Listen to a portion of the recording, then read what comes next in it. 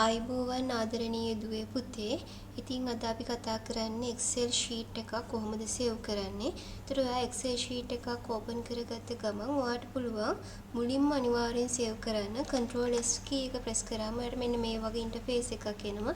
ඉතින් ඔයාට ඕනේ ලොකේෂන් එක browse කරලා ඔන්න ඩෙස්ක්ටොප් එකේ නම් මෙතන ඩෙස්ක්ටොප් කියන එක සිලෙක්ට් කරලා ගන්න පුළුවන්. එහෙමත් නැත්නම් ඔයා කම්පියුටර් එකේ ඔයාගේ පාටිෂන් එකකට දානවා නම් මෙන්න මේ වගේ ඔයාට අලුතෙන් ඔන්න ෆෝල්ඩර් එකක් Excel කියලා හදලා සේව් කරනවා නම් හැම වෙලාවෙම මම නම් කියන්නේ ඔයගොල්ලන්ට ඩෙස්ක්ටොප් එකේ සේව් කරන්න එපා.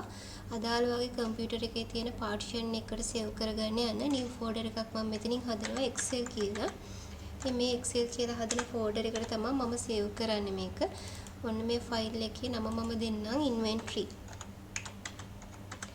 මම ගොඩක් දැකලා තියෙනවා ළමයි තමන්ගේ ප්‍රැක්ටිකල් එක කරාම එයාගේ නමින් තමයි සේව් කරන්නේ. ඉතින් එහෙම සේව් කරන්න එපා. අපි කරන වැඩේට මැච් වෙන නමක් දීලා සේව් කරගන්න. ඉතින් මෙතනදී ෆයිල් ටයිප් එක අහනවා. අපි Excel worksheet එකක් නිසා මෙතන ෆයිල් ටයිප්ස් ගොඩක් තියෙනවා. නමුත් මට ගැලපෙන්නේ දැන් අපි වැඩ කරන එක නිසා Excel workbook කියන ෆයිල් ටයිප් එක සිලෙක්ට් කරලා ඔන්න මම මෙතනින් සේව් කරන. එතකොට D එකේ මගේ Excel කියන ෆෝල්ඩර් එකේ තමයි තියෙන්නේ. ඉතින් inventory කියලා තියෙන්නේ. බලන්න මෙතන title name එකේ inventory කියන නමින් වෙනස් වෙලා තියෙනවා.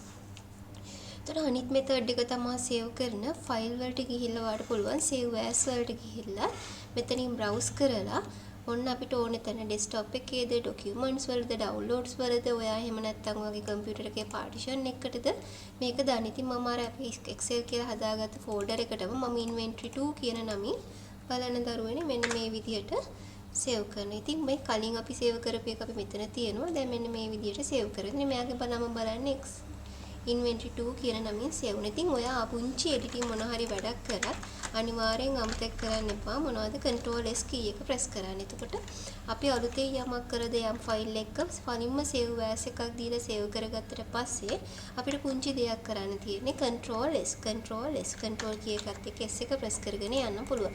එහෙම නැත්නම් මෙන්න මෙතන තියෙනවා button එක. මේ තියෙන save icon එක ඉතින් මේ shortcut එක Control S. ඉතින් මෙතන button එක අපිට ක්ලික් කරන්නත් පුළුවන්. ස්තුතියි.